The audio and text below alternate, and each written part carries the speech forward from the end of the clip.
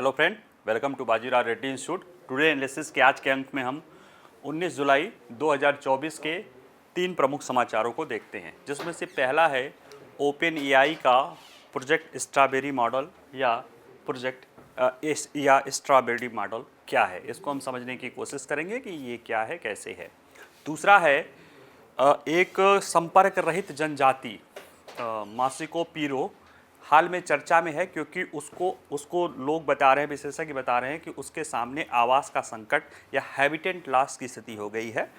और संपर्क रहित जनजाति उसे माना जाता है जो बाह्य दुनिया से कोई मतलब नहीं रखती, कि बाह्य दुनिया में क्या हो रहा है उनसे कोई मतलब नहीं है। और ये जनजातियों की सबसे ज़्यादा कह सकते हो कि रिमोट मतलब, या कह सकते हो कि ऐसी जनजाति जो बिल्कुल दुनिया से कटी रहती है, वो एक जो है उसकी विशेषता है उसकी।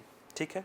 तीसरा है न्यूज़ है, एक एनजीओ ने एक रिपोर्ट प्रकाशित की है 17 जुलाई को विश्व न्याय दिवस पे।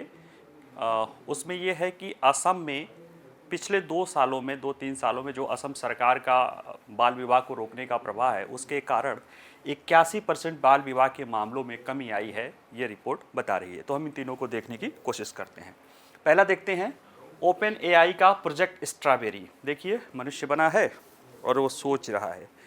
तो हालांकि ये न्यूज़ ओपन एआई ने कहा नहीं है, लेकिन रूटर्स की न्यूज़ है, राइटर्स की न्यूज़ है। उसने बताया है कि ओपन एआई, जिसका चैट जीपीटी है, वो एक ऐसे एआई मॉडल पे काम कर रहा है जो मनुष्य की तरह तार्किक रूप से सोच सके। अभी तक के जो भी मॉडल हैं वो लार्ज लैंग्वेज मॉडल हैं, वो काम तो करते हैं, लेकिन उन्हें अपने सोचने के लिए, अपनी नई चीज़ों को करने के लिए किसी दूसरे चीज़ों पर आश्रित रहना पड़ता है। वो खुद से कोई प्लानिंग आदि करने में सक्षम नहीं होते हैं। जो हम उनसे पूछते हैं वो हमें बता देते हैं, तेज़ बता देते हैं। लेकिन ओपन एआई इस तरह की चीज़ पे, इस तरह के एआई मॉडल पे डेवलप कर रहा है जो कि रिसर्च वर्क भी कर सके, और ऐसा करके वो मानवता को मदद कर सके, ऐसा उनका मानना है। और इस तरह की चीज़ों को जनरल एआई बात कहा जाता है, जनरल एआई। और बाकी जो अभी तक हम एआई देखते हैं उन सबको नैरो एआई कहा जाता है। ठीक है, चलिए देखते हैं। परिचय के बारे में देखें तो ओपन एआई का जो है अपने चैट जीपीटी मॉडल को लॉन्च करने के बाद इस क्षेत्र में एक प्रमुख खिलाड़ी है। और वो लगातार, मतलब ये जो उसका चैट जीपीटी है, उसको कोई सूचना दी जाती है, उसके आधार पे ये इसका चैटबॉट हमें जवाब देता है, टेलरमेड जवाब। और वो जवाब कहाँ से देता है? क्योंकि ये लार्ज लैंग्वेज मॉडल पर आधारित होता है, तो जितनी चीज़ें उसको पढ़ी होती है, जितनी चीज़ें उसको सीखने के लिए दी जाती है, उन्हीं में से चीज़ें बना के वो हमारे सामने देता है। लेकिन ये चीज़ें बदलेगी, कह रहे हैं लोग, रिपोर्ट कह रही है, क्योंकि ओपन एआई कथित तौर पर एक नया एआई मॉडल बना रहा है जो एआई तर्क क्षमताओं में नाटकीय रूप से सुधार कर सकता है और उन्हें स्वायत्त इंटरनेट अनुसंधान करने की अनुमति दे सकता है। जैसे हम कोई रिसर्च वर्क करते हैं तो हम इंटरनेट से कहीं से चीज़ों को ढूंढते हैं, जांचते हैं, जबकि एआई क्या करता है, उसका एक सेट पैटर्न है कि भाई हाँ, यही से तुम्हें ढूंढना है। वो पहले से जो उसको लार्ज लैंग्वेज सिखाई गई रहती है, उसी से वो चीज़ें सीखता है। इस मामले में वो अगर देखा जाए तो अगर उसके पास कोई रिसर्च वर्क आ जाए, कोई तार्किक फैसले लेने आ जाए, तो उसके हाथ उसमें जो है तंग हो जाते हैं। किसके? आर्टिफिशियल इंटेलिजेंस का जो अभी का मॉडल है। तो आइए जरा देखते हैं कि ओपन एआई का प्रोजेक्ट स्ट्रॉबेरी क्या है। देखिए, लगभग 6 महीने पहले एक समाचार आता था कि क्यू ऐसे बना था और स्टार बना था, एक गुप्त ओपन एआई प्रोजेक्ट सुर्खियों में थी। हालांकि ये गुप्त रहती है तो सुर्खियों में क्यों आती है? क्योंकि कुछ चीज़ें लीक की जाती है कि लोग उस पर चर्चा करते रहे। कई चीज़ें लीक हो जाती, कई चीज़ें लीक करती रहती है। ठीक है। और ये जो है, ये ओपन क्यू स्टार, यह एआई को खुद को नए तरीके से प्रशिक्षित करने में सक्षम बनाने की योजना है, जिसमें मानव मस्तिष्क के समान योजना, प्लानिंग करने, लॉजिकल थिंकिंग करने की क्षमताएं शामिल हो। ये बात 6 महीने पहले ही बात आई थी, लेकिन हाल फिलहाल में राइटर्स ने 15 जुलाई को ये बात कही है, और उसने ये बात कही है कि ये जो उसका क्यू स्टार मॉडल है, वो उसको जो सूचनाएं मिली है कि ये प्रोजेक्ट स्ट्रॉबेरी के नाम से ओपन एआई इस पे काम कर रहा था। जो क्यू स्टार मॉडल है वही प्रोजेक्ट स्ट्रॉबेरी है, ऐसा राइटर्स एक संस्था है न्यूज एजेंसी है उसका कहना है कि ओपन एआई का कोड नाम स्ट्रॉबेरी के तहत एक नई तर्क तकनीक पर काम कर रहा है जिसे प्रोजेक्ट क्यू का नया नाम माना जा रहा है। इसके बारे में अगर देखें तो इसके आंतरिक दस्तावेजों में स्ट्रॉबेरी का उपयोग गहन शोध करने के लिए इरादे से किया गया है। यानी कि ये काम जो ओपन एआई इसका खोज क्यों कर रही है, वो इसलिए कर रही है कि ताकि डीप रिसर्च करने के लिए करने के लिए एआई मॉडल का प्रयोग किया जा सके। हालांकि प्रोजेक्ट स्ट्रॉबेरी के बारे में जो भी सूचनाएं हैं उसको गोपनीय रखा गया है, यहाँ तक कि ये भी गोपनीय रखा गया है कि इसे कब लॉन्च किया जाएगा। लेकिन ये तो है तय कि ओपन एआई चाहता है कि एआई मॉडल आगे की योजनाएं बना सके, इंटरनेट को स्वायत्त रूप से खंगाल सके और गहन रिसर्च या डीप रिसर्च कर सके, जैसा कि एक आम इंसान या पढ़ा लिखा इंसान कर सकता है, वो काम ये कर सके। आखिर ये जो बन रहा है, इतना शक्तिशाली एआई मॉडल ओपन एआई बना रहा है कि जो लॉजिकल थिंकिंग कर सके, ये क्यों बना रहा है? तो पहले उसको समझे कि ये जो ओपन एआई का ये स्ट्रॉबेरी मॉडल है, यह अन्य एआई मॉडल से क्यों अलग है। देखिए, ये जो जिस मॉडल पे है अभी उसे पूरी तरह से तो जनरल एआई नहीं कह सकते हैं, क्योंकि जनरल एआई एक हाईएस्ट लेवल की जनरल एआई क्या है, जैसे अभी जो आर्टिफिशियल इंटेलिजेंस है वो कुछ किसी पर्टिकुलर शाखा में काम कर सकती है, वह मनुष्य की तरह काम, और जबकि मनुष्य क्या है, वह किसी भी शाखा में काम कर सकता है, किसी भी तरह की सोच रख सकता है। ऐसा करने में ओपन एआई को जिस दिन सक्षम बना दिया जाएगा वह क्षेत्र हो जाएगा जनरल एआई, और बाकी जो अभी तक हम एआई देख रहे हैं ये नैरो एआई है किसी पर्टिकुलर स्पेस को लेकर। तो इसी के एक रूप के रूप में जो है लॉजिकल थिंकिंग या रीजनिंग आधारित थिंकिंग या डीप रिसर्च की कैपेबिलिटी के साथ जो ओपन एआई अपना स्ट्रॉबेरी मॉडल पे काम कर रहा है, तो इसको जरा समझने की कोशिश करते हैं। देखिए, अभी तक जो एआई मॉडल है वो लार्ज लैंग्वेज मॉडल है। इन्हें कुछ पढ़ने के लिए दिया जाता है, उसी पढ़ने के लिए 10, 20, 100, 1000, 10,000 अरबों खरबों जो डेटा होती है वो उनको दे दिया जाता है, बड़ी डेटा दी जाती है उनको। वो पढ़ के एआई मॉडल उससे चीज़ें, अगर कोई चीज़ पूछा जाता है तो उन्हीं सूचनाओं में से जहाँ से है उसको अपने अनुसार इधर उधर करके निकालता है ज्ञान। लेकिन उससे अलग जाने के बारे में इंटरनेट से स्वतः से ढूंढ सके, रिसर्च कर सके। जैसे किसी चीज़ पे हम पढ़ाते हैं तो कई चीज़ें ढूंढते हैं कि यहाँ पे क्या मिल जाए, यहाँ पे क्या मिल जाए, जहाँ से मिल जाए वहाँ से चीज़ें लेकर लॉजिकल थिंकिंग करके सोच साच के उसको हम करते हैं। यानी कि जो सेट पैटर्न रहता है हम उस पर नहीं चलते, उससे अलग भी चलते हैं।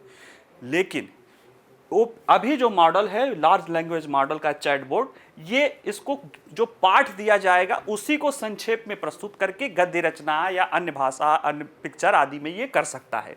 लेकिन स्ट्रॉबेरी मॉडल जो है अपने उन्नत तर्क के साथ एआई के लिए कुछ ऐतिहासिक वैज्ञानिक खोज करने, जटिल समस्या समाधान करने के लिए उत्प्रेरक के रूप में देखे जाएंगे। इनके बारे में ये कहा जाता है, विशेषज्ञ कहते हैं कि स्ट्रॉबेरी की तर्कशीलता में, आखिर तर्कशीलता बनाने का मतलब क्या है, तो वो कहते हैं कि एआई की योजना बनाने में, अपने आसपास की भौतिक दुनिया और उसके कार्यों को समझने में, बहुचरणीय समस्याओं को संभालने में सक्षम बनाना एआई की स्ट्रॉबेरी को जो तर्कशील मॉडल है वो उसमें ये शामिल है कि वो प्लानिंग कर सके, अपने आसपास की दुनिया के साथ और उसके कार्यों को समझ सके।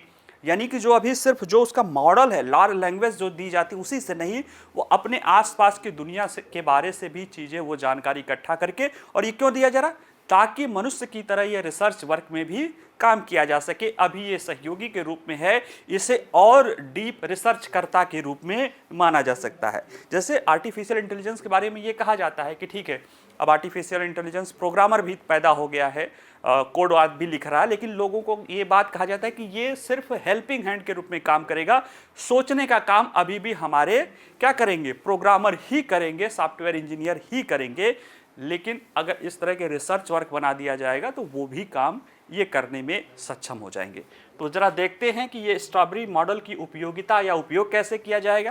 तो देखिए, एआई मॉडल का स्ट्रॉबेरी मॉडल का उद्देश्य एआई क्षमताओं में उल्लेखनीय सुधार करना है और ऐसे मॉडल उन्नत शोध कर सकते हैं।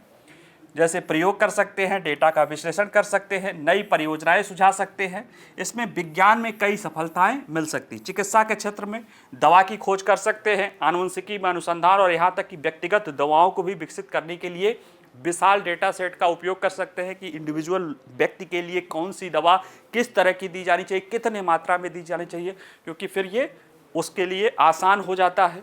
इसी तरह से यह आप बढ़ी हुई समस्या समाधान क्षमता के साथ ये गणित के क्षेत्र में भी, इंजीनियरिंग के क्षेत्र में भी मदद कर सकते हैं ना। अप्लाइड रिसर्च में या थ्योरेटिकल रिसर्च में भी ये योगदान दे सकते हैं। तार्किक निष्कर्षों की आवश्यकता को बढ़ा के ये लॉ आदि के क्षेत्र में कर सकते हैं। क्रिएटिविटी के क्षेत्र में भी ये कर सकते हैं। व्यवसाय के मॉडल में ये मार्केट एनालिसिस कर सकते हैं कि आगे क्या दाम होगा, क्या जोखिम होगी, ठीक है। ये सारी चीज़ें ये कर सकते हैं। इनको मतलब जो चीज़ें अभी मनुष्य कर सकता है उसी को और बेहतर तरीके से ये स्ट्रॉबेरी मॉडल कर सकता है, अगर ये पूरी तरह से लागू हो जाए जिस तरह से ये चला जा सकता है। लेकिन इसकी कुछ समस्याएं हैं, जैसे अभी हमने बताया कि मनुष्यों को द्वारा जैसे अभी जो सॉफ्टवेयर बनाया गया है, सॉफ्टवेयर डेवलपर, ऐसा सॉफ्टवेयर वो खुद ही सॉफ्टवेयर है, लेकिन वो सॉफ्टवेयर यानी वो कोडिंग कर सकता है, ऐप बना सकता है, इस तरह की चीज़ें और भी बहुत सारे आर्टिफिशियल इंटेलिजेंस काम कर सकते हैं। अब अगर वो रिसर्च ही वर्क करने लगेगा, मानव जैसा तर्क कौशल करने लगेगा, तो फिर इंडस्ट्री में मानव का उपयोग क्या रह जाएगा। और देखिए बेहतर एआई क्षमता नौकरियों पर इसके प्रभाव को लाएंगी।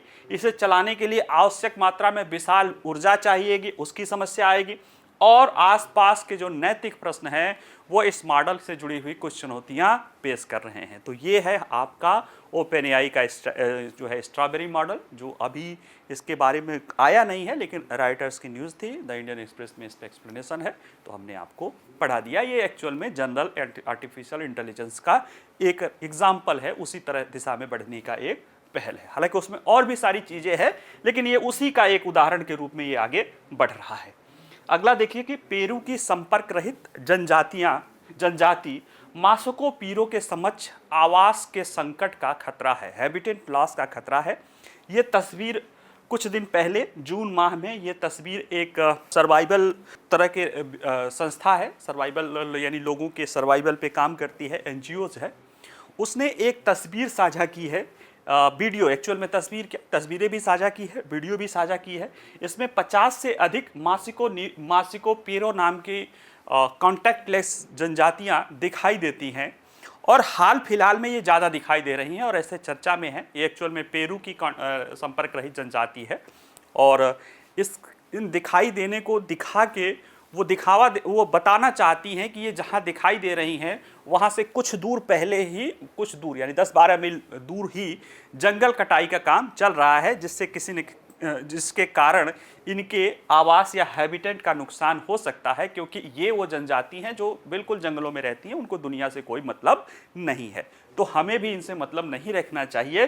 तो मतलब न रखने के कारण देखिए हम 12 मील या 15-20 किलोमीटर दूर रह गए हैं इनके हैबिटेट से। तो देखिए क्या है, चर्चा में क्यों है। तो एक स्वदेशी अधिकारों के लिए, स्वदेशी मतलब इंडिजीनियस अधिकारों के लिए काम करने वाली सर्वाइवल इंटरनेशनल एक संस्था है, एनजीओ है। इसने दुनिया की 100 से ज़्यादा संपर्क रहित जनजातियों में से एक मासुको पीरो, और कहा जाता है इसमें सबसे प्रमुख है, जनजाति के लोगों की दुर्लभ तस्वीरें साझा करी है, क्योंकि ये कांटेक्ट में रहते ही नहीं है, दुनिया में सामने आते ही नहीं हैं, जंगलों के बहुत उसमें क्षेत्र में रहते हैं। और ये जून के आखिर में ली गई तस्वीरें हैं। इसमें 50 से ज़्यादा जनजाति के लोग नदी किनारे दिखाई दे रहे हैं, जहां लकड़ी काटने वाली कंपनियां रियायत या और मांग कर रही हैं कि यहां हमें लकड़ी काटने की इजाज़त दी जाए। आइए समझते हैं कौन है मासिको पीरो जनजाति। ये देखिए लगभग जितनी भी कॉन्टैक्ट लेस जनजातियाँ हैं या दुनिया से जो संपर्क में नहीं रहती, अलग थलग रहती हैं, सेक्युलेटेड रहती हैं, ऐसी जनजातियाँ दुनिया के 2 प्रमुख हिस्सों में पाई जाती हैं, अमेजन के जंगलों में और दक्षिण पूर्व एशिया के जंगलों में ये पाई जाती हैं। मतलब ये मासिको पीरो नहीं, जितनी कॉन्टैक्टलेस, जैसे हमारे यहाँ अंडमान की जो सोमपेन है, जरवा है, ये भी इसी तरह की कॉन्टैक्टलेस जनजातियाँ हैं, और ये संख्या में बहुत कुछ कम रह गई हैं, ये जंगल के अंदर ही रहती हैं। जैसे देखिए ये मासिको पीरो, जिनकी संख्या माना जा रहा है कि संभवतः 750 से ज़्यादा नहीं है, ऐसी जनजातियाँ यानी जो कॉन्टैक्टलेस जनजातियाँ हैं उनमें से सबसे ज़्यादा संख्या इन्हीं की बताई जा रही है, 750 से ज़्यादा नहीं है, ठीक है।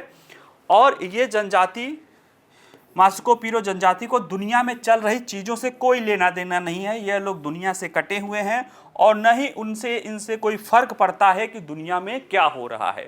ट्रंप राष्ट्रपति बने, उन पे गोली चले, नरेंद्र मोदी प्रधानमंत्री बने, दुनिया में एक दूसरे का शीत युद्ध चल जाए, बम गिर जाए, नाक की बम गिर जाए, इनसे कोई मतलब नहीं है कि उनके साथ क्या हो रहा है। हाँ, ये इधर भी जो बार बार बाहर आ रहे हैं, इससे एक चीज़ समझ में आ रहा है और जो अभी बताएंगे कि कैसे कि इनको जो लकड़ी कटाई हो रही है इनके जो हैबिटेट के लाश, उसको लेकर ये असहज हैं। ये बातें उन्होंने एक और जनजाति से कही है। ठीक है, तो देखिए, न ही उनसे इनसे कोई फर्क पड़ता है। खाना बदोश होते हैं, ये शिकारिक संग्रह होते, शिकारी संग्रहक हैं, शिकार करके संग्रह करते हैं और ये स्टोर करते हैं, यानी खेती करते हैं। कोई स्थायी इनका वो चीज़ें नहीं है। ये ब्राज़ील बोल्विया के साथ पेरू की सीमा के नज़दीक माद्रे डी डियोस क्षेत्र होता है, अमेजन जंगल का हिस्सा, उसी में ये रहते हैं और इनको नोमोल नाम से भी जाना जाता है। ठीक है, पेरू की सरकार ने इनको मास्को पीरो के साथ सभी तरह के संपर्क पर रोक लगा दी है, यानी आम लोगों को उनसे मिलने से रोक लगा दिया गया है। क्यों?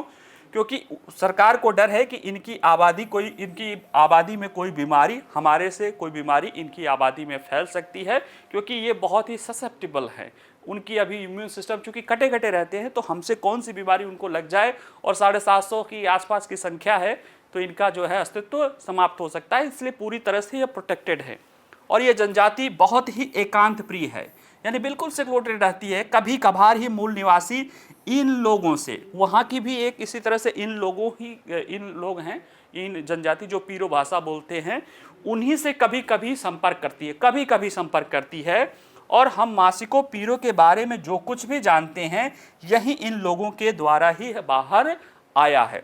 ठीक है, अब जरा देखते हैं कि मास्को पीरो लोगों के समक्ष आवास का संकट क्या है, क्यों कहा जा रहा है कि इनके सामने आवास का संकट आ रहा है।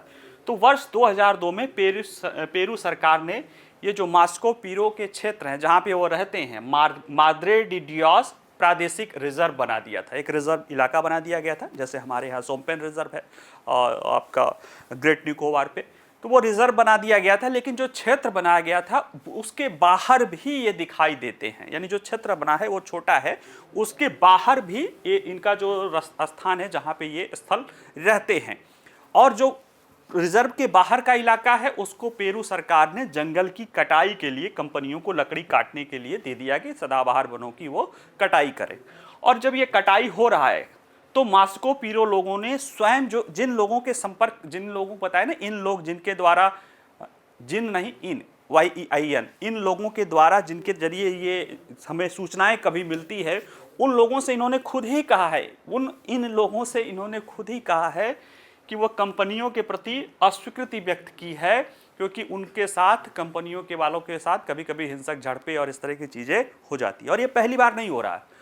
1880 के दशक में पेरू में जब रबर बूम हुआ था, उस दौरान भी इन मास्को पीरो उन कई जनजातियों में से एक थी जिन्हें जबरन उनकी ज़मीन से बेदखल कर दिया गया था, गुलाम बनाया गया था और उन पर कई सारे लोगों को मार दिया गया था। तो ऐसे में जो बचे हुए मास्को पीरो लोग थे, वो एक मानू नदी है, उसी के ऊपर वाले हिस्से जहाँ से वो निकलती उधर चले गए थे। यानी जहाँ पे हैं वो पहले ही अपने आप को उत्पीड़न के कारण वो अपने आप को रख लिए। अब उसके बाहर विशेषज्ञों का कहना है कि अब उसके आगे ये नहीं जा सकते हैं, यानी अब और ऊपर ये कहाँ चले जाएंगे। यानी कि अब इनके पास जहाँ पे कटाई कर रहे हो वो इनके आवास का आखिरी क्षेत्र है। अब उसके विनाश के बाद इनका आवास समाप्त ही हो जाएगा, हैबिटेट लॉस ही हो जाएगी। और ये बातें दिखाई भी दे रही कि जो अभी हाल फिलहाल में जो ये बार बार, पहले ये दिखाई नहीं देते थे लेकिन अब ये दिखाई देने लगे हैं। और कुछ ही इस साल लगभग 50 बार इनकी बाहर दिखाई दिया है। इसमें से जून में जो फोटो आया है, लोगों का कहना है ये जो दिखाई दे रहे हैं, ये शिकार और ये जंगल, ये सारी चीज़ें तो है ही है, साथ में ये बार बार बाहरी लोगों को भगाने के लिए भी ये दिखाई दे रहे हैं। यानी अपना आक्रामक बिहेवियर दिखा रहे हैं कि भाई तुम लोग यहाँ से चले जाओ, क्योंकि उसको लेकर ये नाखुश है। तो ये एक थोड़ा सा मुद्दा है, इसको आप लोग देख लीजिएगा। तीसरा है हमारा समाचार कि असम में बाल विवाह के मामले में 81% की कमी आई है। एक रिपोर्ट है इंडियन आईपीसी है, इंडियन प्रोटेक्शन ऑफ चाइल्ड नाम की एक एनजीओ है, उसने एक रिपोर्ट प्रकाशित की है 17 जुलाई विश्व वैश्विक न्याय दिवस के अवसर पे कि बाल विवाह को रोकने के लिए कैसे क्या किया गया है। तो उसके रिपोर्ट के अनुसार असम की सरकार ने जो बाल विवाह की रोकने के लिए, देखिए ये दिखाई दे रहा है कि असम में इस तरह की घटनाएं देखी गई है कि असम सरकार ने बहुत सख्ती से बाल विवाह को रोकने के लिए डिटेंशन कैंप और इस तरह की चीज़ें किया है। उसका बहुत विरोध हुआ है, लेकिन इस एनजीओ के कहना है कि उसके कारण 81% उसने जो अध्ययन किया है उसमें 81% मामलों में देखा गया है कि 81% बाल विवाह के मामलों में पिछले 2-3 सालों में कमी देखी गई है, जिसमें 3000 से ज़्यादा एफआईआर आदि किए गए थे। ये सब प्रभाव के कारण कमी देखी गई थी और ये रिपोर्ट कह रही है कि इसको असम के बाहर भी लगाया जा सकता है, क्योंकि अन्य असम के बाहर यानी देश की और स्थिति में जो है अगर देखा जाए तो उतनी अच्छी बेहतर स्थिति नहीं है। तो ज़रा सा देखते हैं क्या मामला है, परिचय देखते हैं। 17 जुलाई को विश्व अंतर्राष्ट्रीय न्याय दिवस के अवसर पर इंडिया चाइल्ड प्रोटेक्शन एक संस्था है, एनजीओ है, इसने एक रिपोर्ट प्रकाशित करके कहा कि असम सरकार के कानूनी कार्रवाई सहित विभिन्न हस्तक्षेपों से बाल विवाह की समस्या में निपटने में सफलता मिली है। ये रिपोर्ट का नाम है toward justice ending child marriage, न्याय की तरफ बढ़ने में चाइल्ड मैरिज को समाप्त करना, यानी toward justice ending child marriage नामक एक शीर्षक में इंडिया चाइल्ड प्रोटेक्शन ने ये बात कही है कि असम सरकार के जो कानूनी कार्रवाई, सख्त कानूनी कार्रवाई और जो हस्तक्षेप उसने किया था उसके कारण बाल विवाह के समस्या से निपटने में मदद मिली है। और इस रिपोर्ट में पता चला है कि 2021-22 और 23-24 के बीच असम के 20 जिलों में बाल विवाह के मामलों में 81% की भारी कमी आई है। ये रिपोर्ट जो तैयार की गई है, इसको अगर देखें तो इसमें जो इंडिया चाइल्ड प्रोटेक्शन है, ये 2022 में शुरू होने वाला एक राष्ट्रव्यापी अभियान था बाल विवाह मुक्त भारत, उसी का एक हिस्सा है। और इस अध्ययन का जो डेटा इसने प्राप्त किया है वो एनसीआरबी के डेटा है और असम के 20 जिलों के 1132 गांवों में अध्ययन किया है। उस 1132 गांव की आबादी, कुल आबादी 21 लाख है और उसमें बच्चों की आबादी 8 लाख है, यानी इतने बड़े पैमाने पर इसने अध्ययन किया है और अध्ययन करके इसने निष्कर्ष निकाला है कि असम के 20 जिलों में बाल विवाह के मामले में 2021-22 से लेकर 23-24 यानी 2 सालों में ही कितनी कमी आई है, 81% मामलों की कमी आई है। तो देखिए ये रिपोर्ट क्या कह रहा है कि बाल विवाह रोकने में असम मॉडल प्रभावशीलता साबित हुई है, यानी कि बाल विवाह को कैसे रोका जाए, इसमें जो असम का मॉडल था, असम का मॉडल क्या था, एफआईआर कराना है, न्यायिक हस्तक्षेप कराना है, और भी मॉडल है, समझाना है, बुझाना है, लेकिन असम ने थोड़ा सा आक्रामक रुख अपनाया था जिसके कारण विरोध भी हुआ था। लेकिन असम सरकार ने उसने दिखाया कि नहीं, वो उसको करना है, बाल विवाह को रोकना है, एक बड़ी समस्या है और उसके परिणाम भी इस रिपोर्ट में दिखाई दे रहे हैं। तो देखिए इंडिया चाइल्ड प्रोटेक्शन की इस रिपोर्ट में कहा गया है कि असम मॉडल की प्रभावशीलता साबित हुई क्योंकि राज्य के 30% गांवों में बाल विवाह समाप्त हो गया है और 40% गांवों में उल्लेखनीय कमी हुई है, ऐसा इस रिपोर्ट का कहना है। और इस कमी के लिए असम सरकार द्वारा बाल विवाह पर की गई कठोर कार्रवाई जिम्मेदार है, यानी जो असम सरकार ने कठोर कार्रवाई की थी जिसका बहुत सारा विरोध हुआ था, वही कार्रवाई कहीं न कहीं इस बाल विवाह की कमी को रोकने के लिए मददगार हो रही है।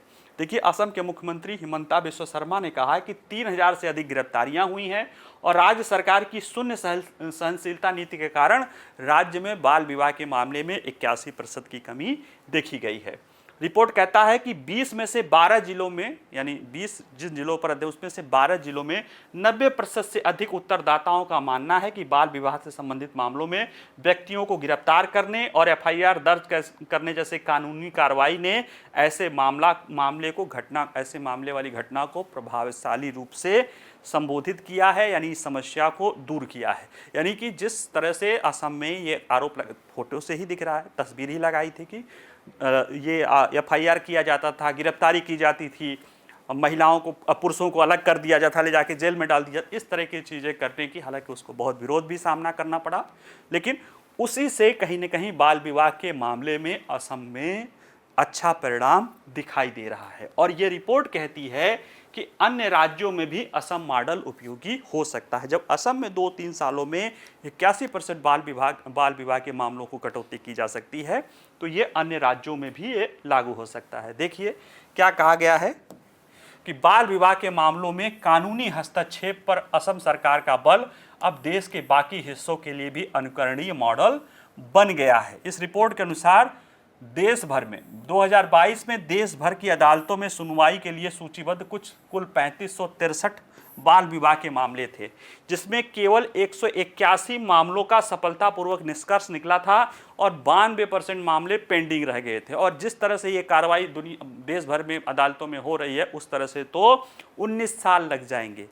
तो ऐसे में देखिए, राष्ट्रीय बाल अधिकार संरक्षण आयोग की अध्यक्ष प्रियंका कानूगो का कहना है कि बच्चों के खिलाफ इस अपराध को समाप्त करने के लिए अभियोजन निश्चित रूप से महत्वपूर्ण है और बाल विवाह को समाप्त करने के लिए असम का मॉडल देश में एक उपयोगी विकल्प हो सकता है। नहीं तो जिस तरह से चीज़ें दुनिया और भारत के अन्य राज्यों में चल रही है, उससे तो 19-20 साल लग जाएगा इसको समाप्त करने को।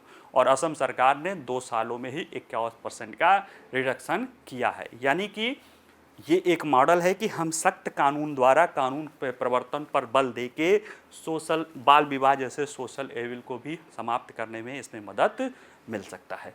ठीक है, चलिए आज के लिए इतना ही। बाकी आप लोग इससे जुड़े हुए प्रश्न आप हमारे वेबसाइट पे जाके देख सकते हैं, वहाँ PDF भी मिल जाएगा आपको। बाकी कोई प्रश्न हो तो आप पूछ सकते हैं, कमेंट में पूछ सकते हैं। वीडियो पसंद आए तो लाइक करिए, शेयर करिए, प्रसन्न रहिए और नोट्स बनाते रहिए। ठीक है, चलिए नमस्कार, धन्यवाद।